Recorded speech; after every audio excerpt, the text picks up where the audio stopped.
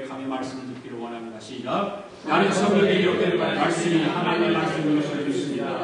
나는 하나님의 말씀이 살아있는 말씀으로 믿습니다. 나는 하나님의 말씀이 조금도 어리가 없음을 믿습니다. 오늘도 하나님의 말씀을 배워봅시다. 그 말씀을 깊이 묵상하고 마음에 받아들여 꼭 변화되기를 고백하며 이제 절대로 후회되지 않고 불멸하고 영원한 하나님의 말씀을 듣게 될 것인데 하나님의 말씀을 통하여 반드시 내 삶이 변화될 것을 예수님의 이름으로 고백하며 하시나이다.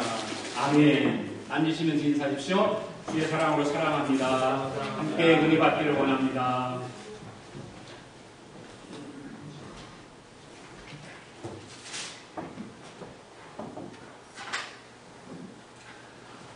사람이 건강하게 살려면 부지런해야 됩니다. 그렇죠? 부지런해야 돼요. 건강하게 살려면.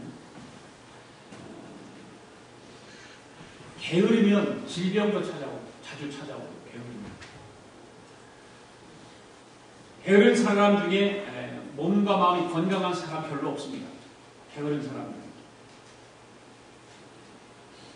그래서 휴식도 일을 한 다음에 휴식이 필요한 것이고 게으른 사람에게 휴식이 필요 없잖아요. 게으른 맨날 게으르니까 쉬는 거죠. 잠도 그래요. 잠도 충분한 활동이 있을 때 단잠을 자게 됩니다. 게으른 사람의 잠은 달지가 않습니다. 그냥 그런 거예요. 그냥 밤이 되니까 자는 것이고 그런 것이죠. 그래서 서양 속담에 보면 지나치게 잠을 자면 바보가 된다 이런 말이에요. 지나치게 잠을 자면 바보가 된다. 잠을 지나치게 자면 뇌세포도 둔해진다고 합니다. 뇌 기능도 떨어지게 마련이고요. 그래서 어떤 사람들 잠을 많이 자는 사람은 10시간, 12시간을 자는데도 나는 다 피곤하다고 하는 사람이 있어요.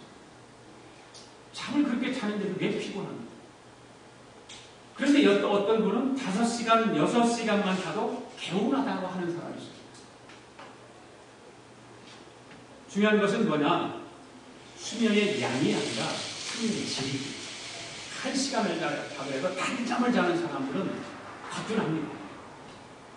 그러나 잠을 자면서도 10시간 자는데도 잠을 자면서 단잠을 자지 못하고 잠을 자는 동안에도 온갖 생각들 꿈속에 나타나고 꿈을 꾸고 이러면서 잠을 이루지 못하면 10시간, 12시간을 자도 잠을 잔 것 같지 않기 때문에 그런 거죠. 짧은 수면을 취하고도 개운하다라고 하는 사람은 열심히 일했다는 증거가 아니겠습니까? 그렇죠? 열심히 일했기 때문에 짧은 잠을 자는데도 개운한 거예요. 그런 사람에게는 불면증이 거의 없죠. 열심히 일하는 사람에게는 불면증이 없습니다. 열심히 일을 하지 않는 사람에게 불면증이 생깁니다. 그게 밤에 잠이 안 와서 고통스럽다고 하죠. 열심히 일해보십시오. 그냥 머리 벽에 대자마자 잠들어서 깨면 아침이죠. 그런 의미에서 몸과 마음의 병을 치료하는 최고의 치료제가 뭐냐? 그것은 하나님께서 내게 주신 사명을 가지고 열심히 일하는 것입니다. 그것이 최고의 건강 병의 치료 방법입니다. 어떤 분이 일 때문에 스트레스를 받는다고 말을 합니다. 일 때문에 스트레스 받는다. 그렇지만 사람에게 적절한 스트레스는 필요한 것 아닐까요? 우리는 이민자의 삶을 살아가면서 일에 막 매여서 살기 때문에 일하지 않는 사람이 어디가 있겠어요?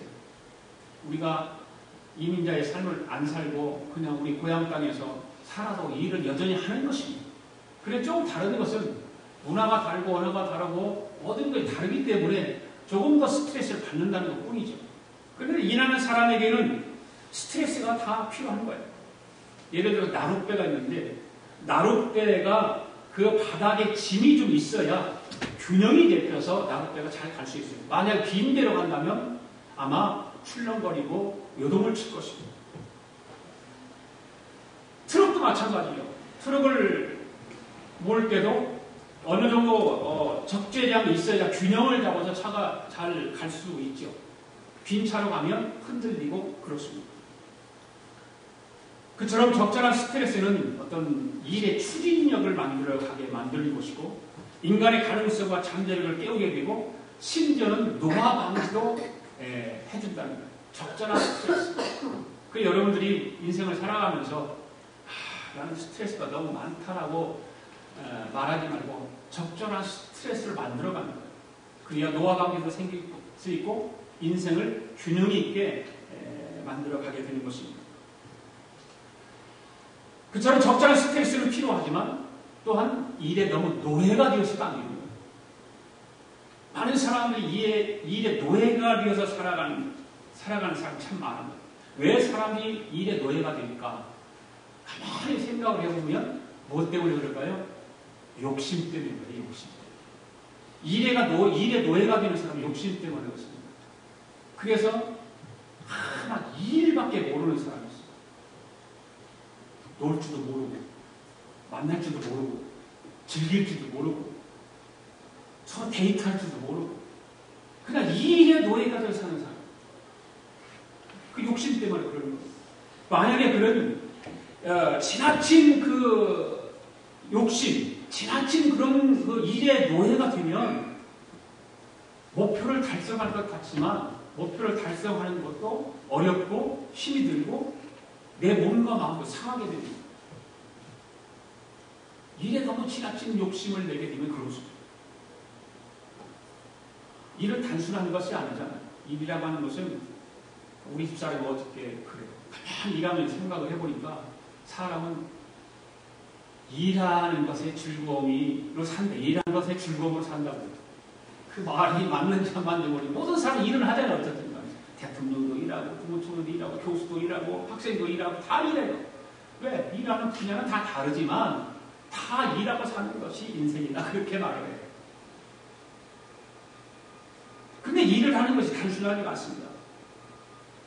일을 막 몰아붙인다고 빨리 되는 것도 아니고 그렇잖아요. 근데 일의 의미를 알고 나에게 맡겨진 일을 어떻게 하면 잘 감당할까?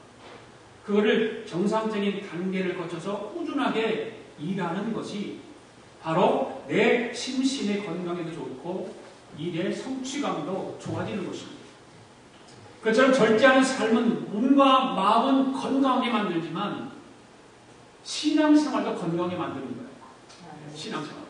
사도 바울이 일생 동안 그 많은 고난 중에도 항상 행복했던 삶을 살았던 것. 왜 그럴까? 사도 바울에게는 절제하는 삶을 살았기 때문에 그럽니다. 많은 일을 했어요. 사도 바울로 일을 안 한 사람은 복음을 전하면서 일하면서 복음 전하는 사람이 바로 사도 바울. 그러나 그는 그 사역을 하면서 행복했던 것이 뭐냐? 절제, 지나친 어떤 욕심에 의해서 한 것이 아니라 복음을 전하기 위해서 내 신앙생활을 잘 유지하기 위해서 일하고 그러면서 잘 절제하면서 했던. 그래서 고린도전서 9장 4절 이하의 말씀을 보면 사도 바울은 반복적으로 나도 이런 권리가 있다 이런 말. 나도 이런 권리가 있다. 말하자면 뭐냐면 자신의 여러 가지 권리가 있는데 그런 것을 말하는 여러 가지 권리가 있어요. 사도 바울에게는. 그래서 오늘 본문 15절에도 사도 바울이 그 권리를 하나도 쓰지 않았다라고 이야기하고 있지 않습니까? 하나 쓰지 않았다. 자유가 있지만 방종하지 않고 권리가 있지만 그 권리를 행사하지 않는 삶에 바로 사도 바울이 행복이 거기 있지 않았을까? 어떤 사람들은 없는 권리도 쓰려고 그러잖아요. 자기한테 없는 권리도 막 행사하려고 그러고 없는 자유도 방종하면서 하려고 그러고 만들어서 하려고 하는 그 사람의 심리가 그런 건데 사도 바울은 그렇지 않습니다. 오늘 본문에 나오는 사도 바울의 고백을 보면 어떻게 자기의 삶을 절제하면서 신앙생활을 행복하게 하고 또 신앙생활을 하기 위해서 다른 사람에게 귀감이 되면서 자랑스럽게 할 수 있었을까? 사도 바울은 자기 신앙생활을 자랑하잖아요. 자랑해요. 그래서 오늘 이것을 살펴보면서 오늘날 성도들에게도 신앙생활이 행복하고 어떤 성도가 자랑스러운 성도가 될 수 있을까? 그래서 성도는 자랑스러워야 됩니다. 이렇게 오늘 본문의 제목이에요. 성도는 자랑스러워야 됩니다. 한번 따라서 해볼까요? 성도는 자랑스러워야 됩니다. 성도는 자랑스러워야 됩니다. 여러분들의 자랑스러운 성도들이 되기를 원합니다. 아멘. 예. 그리고 첫 번째로 자랑스러운 성도는 어떤 성도일까? 첫 번째, 복음 중심적으로 사는 성도. 사도 바울의 삶을 통해서 보면 복음 중심적으로 사는 삶을 사는 성도가 자랑스러운 성도. 12절 말씀 보십시오. 같이 읽을까요? 시작. 다른 이들도 너희에게 이런 권리를 가졌거든 우리일까 보냐. 그러나 우리가 이 권리를 쓰지 아니하고 범사에 참는 것은 그리스도의 복음에 아무 장애가 없게 하려 합니다. 오늘 본문 말씀 속에서 가장 많이 나오는 말은 복음입니다. 복음이라고 하는 말. 여러분 복음이 무엇인지 아시죠? 복음. 복음을 한마디로 예수 그리스도입니다. 바로 예수 그리스도가 복음입니다. 그 복음을 구체적으로 이제 나열하면 예수 그리스도께서 우리의 죄를 십자가에 죽으신 거예요. 그리고 3일 만에 부활하시고 그리고 다시 하늘에 오르셔서 이 땅에 다시 재림 그리스도 예수로 오시는 그게 복음입니다. 그걸 알아요. 그걸 확실하게 알아야 되는 것입니다. 그래야 복음에 대해서 설명할 수가 있어요. 그래 한마디 압축하면 복음은 뭡니까? 예수 그리스도입니다. 예수 그리스도가 복음입니다. 그리고 오늘 본문에 보니까 복음이라고 하는 단어가 안 나와요. 사도 바울은 예수 그리스도를 믿고 난 후에 복음에 대해서 미친 사람입니다. 복음에 대해서 온 삶을 다 바친 사람입니다. 복음을 위해서라면 무엇이든지 했던 사람이 바로 사도 바울입니다. 지금 우리가 함께 읽은 12절 말씀 보면 사도 바울이 고린도 교회 개척 목사로서 고린도 교인들로부터 의식주에 대한 필요한 공급을 받을 권리가 있었지만 그 권리를 요구하지 않습니다. 그 이유는 복음에 조금이라도 장애가 되지 않기 위해서 권리가 있지만 권리를 행사하지 않아요. 그래서 바울은 스스로 자기의 달란트를 사용해서 바울의 직업이 뭐죠? 장막, 천막 짓는 일을 하는 사람이에요. 바울의 직업. 그렇게 훌륭한 학문을 가지고 있음에도 불구하고 그의 직업은 어떤 교수가 아니라 박사 어떤 그런 것이 아니라 천막 만드는 장막 짓는 사람이에요. 네. 그런 직업을 가지고 있었습니다. 그래서 그거를 통해서 자기의 삶을 꾸려가는 일을 감당하면서 복음 사역을 했습니다. 오늘 본문 16절 말씀은 사도 바울은 복음을 전해도 자랑할 것 없는 것은 당연히 할 일이기 때문이라고 고백하고 있습니다. 당연히. 이 복음 전하는 일은 사도 바울에게서 당연히 해야 돼요. 누가 시켜서 하는 것이 아니라 마지못해서 하는 것이 아니라 당연히 하는 것이라고 생각하는 것입니다. 그러면서 뭐라고 말해요? 오히려 복음을 전하지 아니하면 자기에게 화가 있을 것이다. 이렇게 말을 합니다. 이 말은 무슨 말입니까? 하나님의 진노가 무서워서 복음을 전파했다는 뜻이 아니라 복음을 전하지 아니하면 마음이 타는 듯하고 견딜 수 없었다고 말이에요. 복음을 전하지 아니하면 마음이 막 견딜 수 없는 마음이 생기기 때문에 그래서 복음을 전했다라고 하는 이야기입니다. 오늘 복음 23절을 말씀 보십시오. 내가 복음을 위하여 모든 것을 행하면 복음에 참여하고자 합니다. 이렇게 말씀하고 있습니다. 그는 복음을 위해서 어떤 일도 다 감당했습니다. 행했다고 하는 것은 어떤 일이든 다 했다고 말입니다. 그 이유는 복음이 주는 축복된 삶, 복음이 주는 은혜로운 삶에 동참하려고 하기 때문에 그런 것입니다. 그는 철저히 복음 중심적으로 살았습니다. 할렐루야. 복음 중심적으로 인생을 살았어요. 장막 만드는 일을 함에도 불구하고 장막 만드는 일이 그 천막 짓는 일들이 그렇게 인기가 있었겠어요? 그렇잖아요. 사람들에게 별로 인기가 없었을 거 아니에요.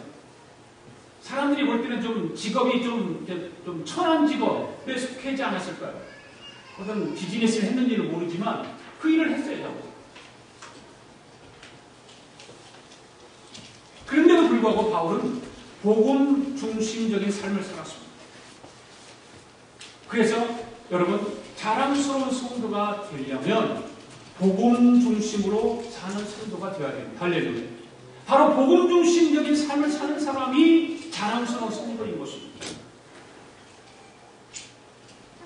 예수 믿고 교회 다니면서 사람들에게 칭찬을 듣고 좀 사람들의 인정을 받으려면 복음 중심적으로 살아가야 돼요. 그래야 사람들에게 인정도 받고 사람들에게 존경받게 될 수 있어요. 하물며 우리 하나님께서는 그런 사람을 귀하게 쓰시지 않겠어요? 더 귀하게 쓰시는 거예요. 일을 맡겨주셔서 하나님을 감당해야 돼요. 여러분, 복음 중심적인 삶이라고 하는 것은 바로 복음은 은혜입니다. 은혜. 그 말은 무슨 말입니까? 결국 은혜 중심적인 삶이 복음 중심적인 삶이다 그 말이에요.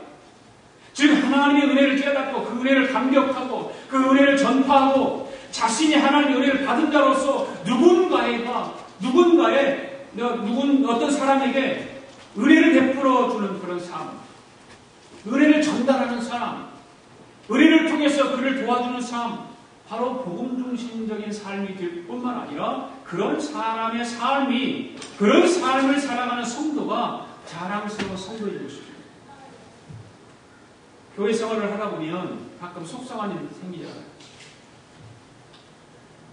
마음에 맞지 않는 장면도 보게 되고. 그런데 그럴 때 교회 안에 두 가지 사람이 있어요. 두 가지 사람. 한 사람은 냉철한 판단력을 가지고 판단하는 사람이 있고, 어떤 사람은 그 모든 것을 넓은 가슴을 가지고 품는 사람이 있어요. 교인들 중에 두 가지예요. 뭐 문제가 생겼다.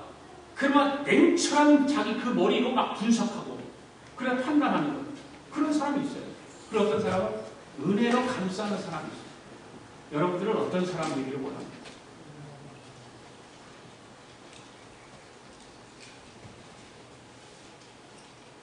우리가 세상 사람들과 다른 것이 무엇입니까?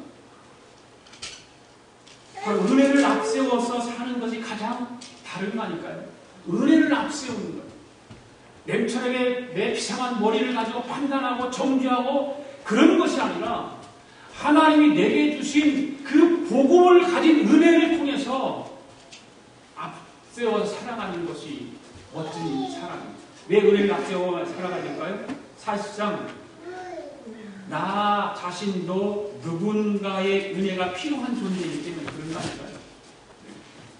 우리는 은혜 없이는 살 수 없는 연약한 존재입니다. 믿습니까? 은혜로만 살아갈 수 있는 사람, 은혜를 가지고서 살아갈 수 있는 사람, 은혜로만이 우리는 살아갈 수 있기 때문에 우리는 천사도 아닙니다. 성인도 아닙니다. 우리 모두는 하나님의 은혜가 필요한 죄인들입니다. 할렐루야. 그리고 그래서 다 서로에게 은혜를 주어야 살 수 있는 존재예요. 서로에게 은혜를 베풀어야 해요. 서로에게. 우리는 복음의 은혜를 받은 자로서 그 은혜를 나눠줄 줄 알아야 되는 줄로 압니다. 우리가 진정한 필요한 것은 머리를 정확히 판단하는 것이 아니라 판단보다 더 중요한 것은 가슴으로 부드럽게 감싸 안는 거예요. 이건 더 중요합니다. 그런 넓은 가슴을 가진 자랑스러운 성도들이 되기를 원합니다. 두 번째로 자랑스러운 성도는 헌신의 가치를 아는 성도. 헌신의 가치. 고린도 교회를 위해서 사도 바울은 누구보다 헌신적이었죠. 정말 헌신적이었어요. 그래서 그는 누구보다도 많은 것을 주장할 권리를 가지고 있어요. 네. 그 바울이 다 세운 교회들이니까 얼마든지 권리를 주장하고 권리를 내세울 수 있고 권리를 말할 수 있고 다 그런 거예요. 자, 13절 14절 말씀 보십시오. 시작. 성전 일을 하는 이들은 성전에서 나는 것을 먹으며 제단을 모시는 이들은 제단과 함께 나누는 것을 알지 못하느냐. 이와 같이 주께서도 복음 전하는 자들이 복음으로 말미암아 살리라 하셨습니다. 구약 시대를 보면 성전에서 일하는 사람들은 성전에서 공급되는 것을 먹을 수 있었어요. 그래서 법으로 그렇게 제도적으로 만들었습니다.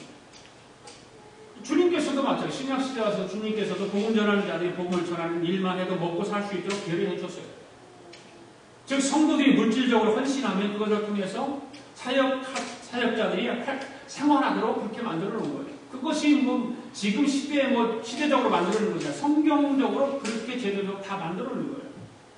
그래서 구약의 레위인들은 일하지 않고 성전에서 나오는 것을 통해서 레위인들은 다 생활을 했습니다. 그게 특별히 했어요. 그러니까. 그래서 사도 바울은 고린도 교인들로부터 그런 것을 다 가질 수 있고 말할 수 있는 권리가 있습니다. 그런데 바울은 어떻게 합니까? 오늘 15절 말씀을 보십시오. 15절 말씀을 한번 읽어볼까요? 시작. 그러나 내가 이 권리를 하나도 쓰지 아니하였고 또 이 말을 쓰는 것은 내게 이같이 하여 달라는 것이 아니라 내가 차라리 죽을지언정 누구든지 내 자랑하는 것을 헛된 대로 돌리지 못하게 하리라. 아멘. 이 말은 무슨 말입니까? 대가를 받고 헌신하지 않았다는 말이에요. 대가를 받고 헌신했다는 말이 아니에요. 네. 왜 사도 바울은 그렇게 헌신할 수 있었을까? 진정한 축복과 은혜는 헌신하는 삶에 있다라고 하는 것을 깨달았기 때문입니다. 진정한 헌신을 통해서 헌신의 가치를 아는 성도가 정말 축복의 삶을 살 수 있다 그 말입니다. 사실 헌신을 모르는 사람은 어떤 사람이냐면 여러분 농사를 지면 종자라는 게 있잖아요. 종자. 농사를 짓고 나면 다음 해에 지을 종자를 항상 따로 보관하는 모함이죠. 근데 헌신을 모르는 사람은 그 종자를 다 먹는 사람. 여러분 언젠가 내가 얘기했는데 시골에 옛날에 지금은 그런 곳이 없어요. 펌프를 해서 물을 품어 먹는 그런 시골에 옛날에 있었죠. 펌프지라는 거. 그럼 펌프가 그게 이제 고무 파킹이 잘 돼 있으면 물이 안 빠지고 그냥 다 돼 있어요. 그러니까 고무 파킹이 조금 낡아 있으면 물이 쏙 빠져버리죠. 근데 거기다가 뭘 또 어떻게 해야 돼? 그럼 물을 품어 올리기 위해서 물을 붓는 그것이 그 물을 무슨 물이라고 해요? 마중물이라고 합니다. 마중물. 그 마중물을 남겨놔야 돼. 항상. 그 물을 남겨놔야 되지. 그 물을 남겨놓지 않고 다 먹어버리면 나중에 펌프를 할 수 없습니다.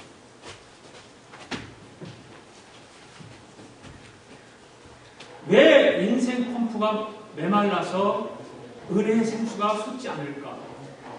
하나님께 드려야 할 감사의 물까지 자기가 마시려 하기 때문에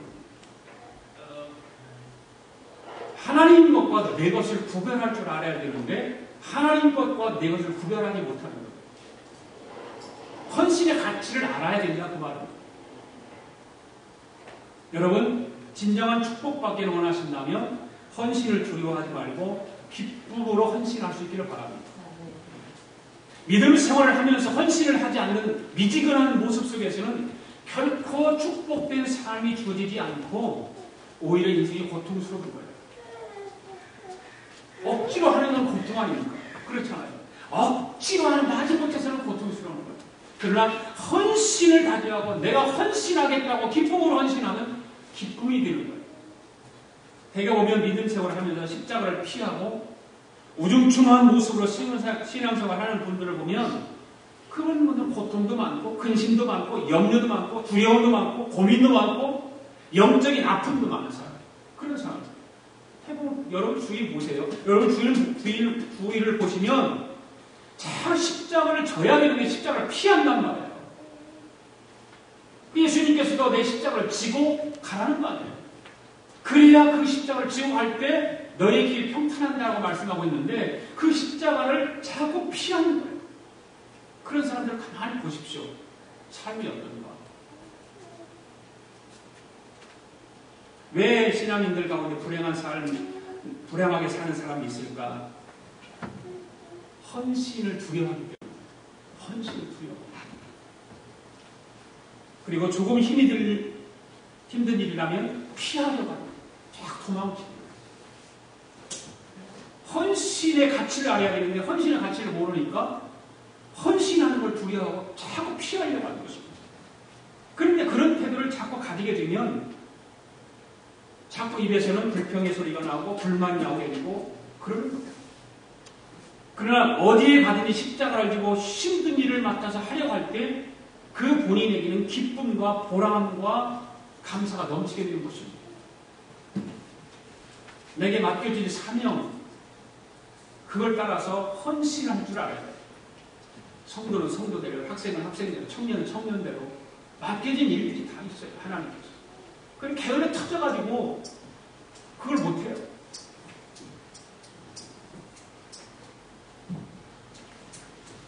이 헌신의 가치를 아는 성도가 바로 자랑스러운 성도인 것입니다. 할렐루야. 그 다음에 세 번째로 자랑스러운 성도는 주는 삶을 실천하는 성도, 베푸는 삶을 실천하는 성도. 19절 말씀 읽겠습니다. 시작. 내가 모든 사람에게 잘나했으나 스스로 모든 사람에게 종이 된 것은 더 많은 사람을 얻고자 합니다. 사도 바울은 하나님께서 자신의 모든 것을 드렸을 뿐만 아니라 사람 관계에서도 종처럼 자신을 주는 삶을 살았다.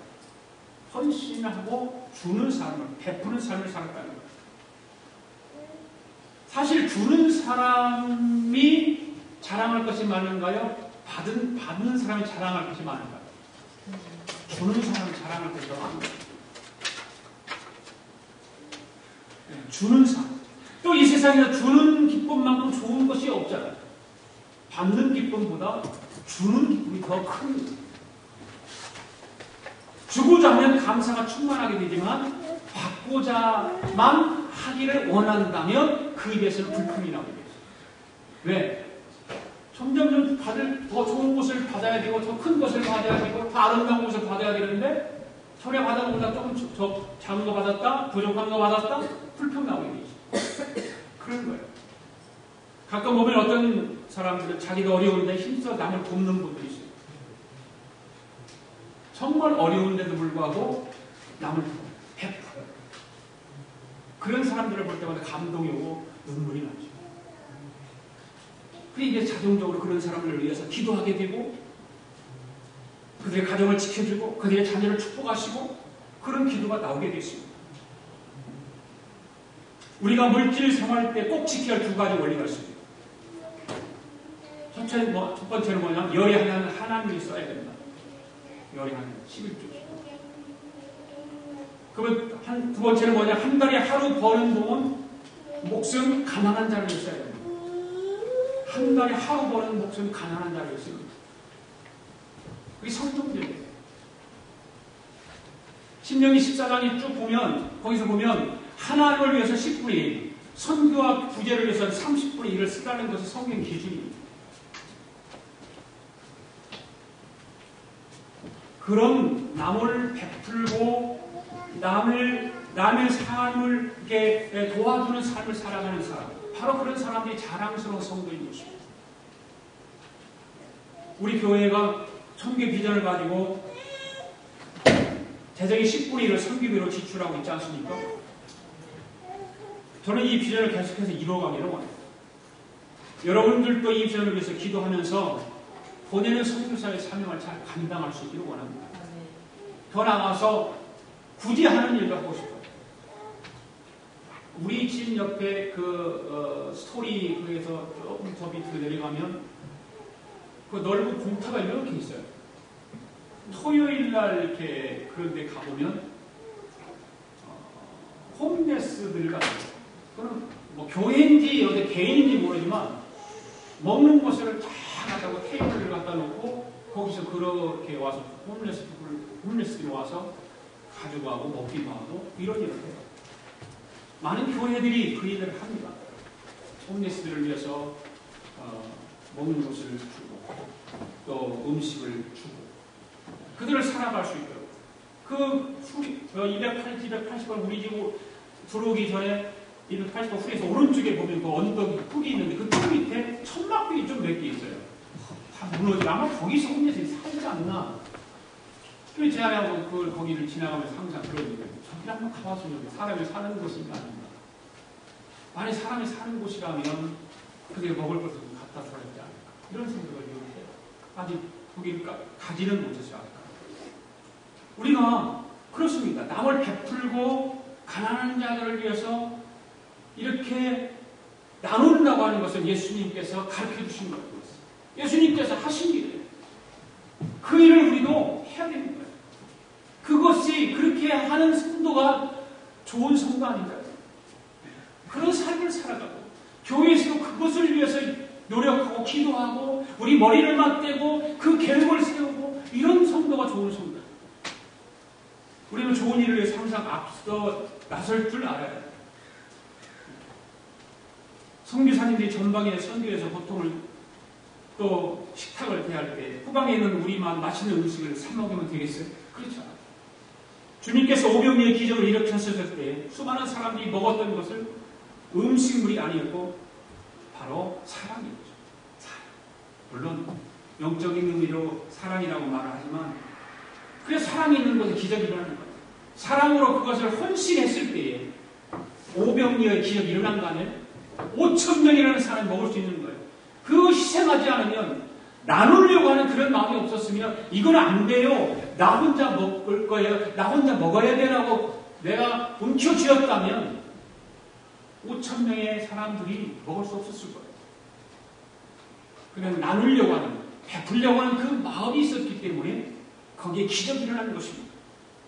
우리가 좋은 일을 위해 좋은 것을 함께 나누고 할 때 각종 문제와 장벽들이 무너지고 하나님의 역사가 일어나고 내 영혼이 소생할 것이 분명한 것입니다. 그러면 선교는 봉사가 아닙니다. 선교는 우리의 생존과 축복을 위한 마땅한 행위인 것입니다. 마땅히 해야 될 일인 것입니다.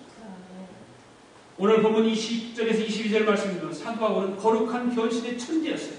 그는 유대인들에게는 유대인처럼 되었고 율법 아래 있는 자들에게는 본인은 율법 아래 있지도 않았음에도 불구하고 율법 아래 있는 자처럼 되었고 율법 없는 자들에게는 율법 없는 자처럼 되었고 약한 자들에게는 약한 자들처럼 되었다라고 바울이 고백하고 있잖아요. 왜 그렇습니까? 사람의 마음을 얻고 그들을 구원하는 것입니다. 그들의 입장에서 생각하고 그들의 입장에서 삶을 같이 살아보고 그들의 말을 들어보고 그들의 영혼을 구원하기 위해서 우리는 인간관계에 갈등과 아픔이 있을 때마다 항상 남의 입장을 생각해 볼 줄 알아야 됩니다. 아멘. 사람마다 얼마든지 다른지 모릅니다. 다 다른 성격, 다 다른 처지, 다 다른 상황. 그런데 이해하면 되는데 이해하지 못하는 데 문제가 있는 거죠. 우리는 예수 그리스도께서 우리에게 주신 그 복음의 은혜를 통해서 이해할 줄 알아야 됩니다. 오늘날 왜 가정이 어려워집니까? 다른 것을 이해하지 못하고 남이 자기중심적으로 해주기를 바라기 때문에 그래요. 다 누구든지 사람은 자기중심적으로 이해해주기를 원하고 자기중심적으로 그렇게 인정해주기를 원하고 다 그렇습니다. 그래서 이런 이야기가 있어요. 좋은 그리시안 박사가 쓴 화성에서 온 남자, 금성에서 온 여자 그 책에 보면 부부는 본질적으로 전혀 다른 존재지. 즉 화성에서 온 남자와 금성에서 온 여자가 결혼을 한 것 같다는 거예요. 부부는. 처음에는 서로 다른 것이 오히려 매력적입니다. 서로 다른 것이 매력적. 그러다가 시간이 지나면서 남자는 여자 보고 나를 이해하고 나를 닮으라고 이야기해요. 남자들이 그러죠. 근데 여자들은 또 뭐라고 얘기합니까? 왜 여자의 세계를 이해하지 못하느냐고 그래요. 여자의 세계를 좀 알아달라고 그러죠. 여자도 그렇게 하고 남자도 그렇게. 여러분 무엇이 문제일까요? 이 부부에게는 무엇이 문제일까요? 사랑이 식어지는 것이 문제예요. 사랑이 식어져. 사실상 남자와 여자는 다른 것이 훨씬 더 많죠. 더 훨씬 많아요. 그런데 사랑하면 그 다른 것도 좋게 보이는데 사랑이 식어지면 같은 것도 싫게 보이는 거예요. 사랑이 식어져. 그래서 사랑이 있으면 의무에 대한 생각을 하게 되는데 사랑이 식어지게 되면 권리에 대한 생각을 하게 됩니다. 한번 따라서 해볼까요? 사랑이 있으면 의무에 대한 생각을 하게 되고 사랑이 있으면 의무에 대한 생각을 하게 되고 사랑이 없으면 권리에 대한 생각을 하게 된다. 사랑이 없으면 권리에 대한 생각을 하게 된다. 우리는 항상 권리보다 의무를 조금 더 생각하고 남의 입장보다는 남의 입장을 조금 더 생각할 수 있어야 될 줄 압니다. 아멘. 그러면 이해 못할 사람 없죠. 다 이해할 수 있어요.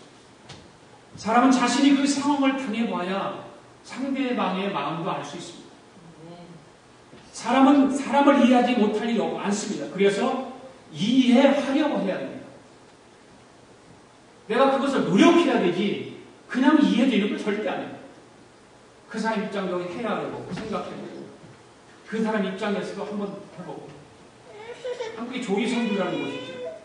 조이성교, J-O-Y. 그게 앞에 J는 예수님, 지저스입니다. 그리고 O는 뭡니까? others.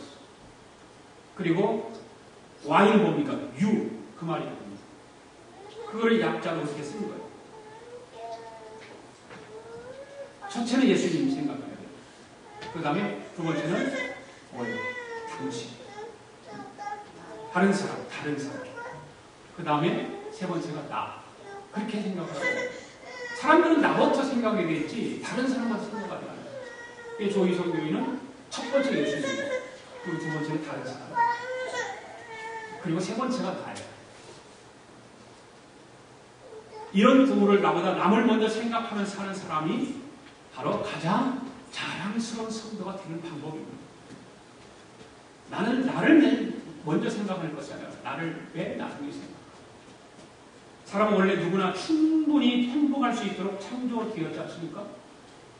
사람이 스스로 불행하다고 느끼는 것은 자기에게 행복의 재료가 있음을 모르기 때문에 그래요. 누구에게나 자기 안에 행복의 원천이 있고 자랑거리가 있습니다. 자랑거리가 없는 것 같으면 만들면 됩니다. 그럼 어떻게 자랑거리를 만들 수 있을까? 오늘 말씀처럼 복음 중심적으로 사는 사람 자랑거리 만드는 것. 그것이 자랑거리가 돼야 돼요. 그리고 뭡니까? 조금 더 헌신의 가치를 아는 사람. 바로 그 사람이 자랑거리를 만들어가요. 그 다음에 세 번째는 뭡니까? 이것과 조금 더 나누는 삶을 추구하는 사람이 된다면 그런 사람은 어떤 자랑거리를 가진 사람보다 더 놀라운 자랑이 있는 그런 자랑스러운 성도가 될 줄로 믿습니다. 저와 여러분은 그런 성도가 되기를 바랍니다.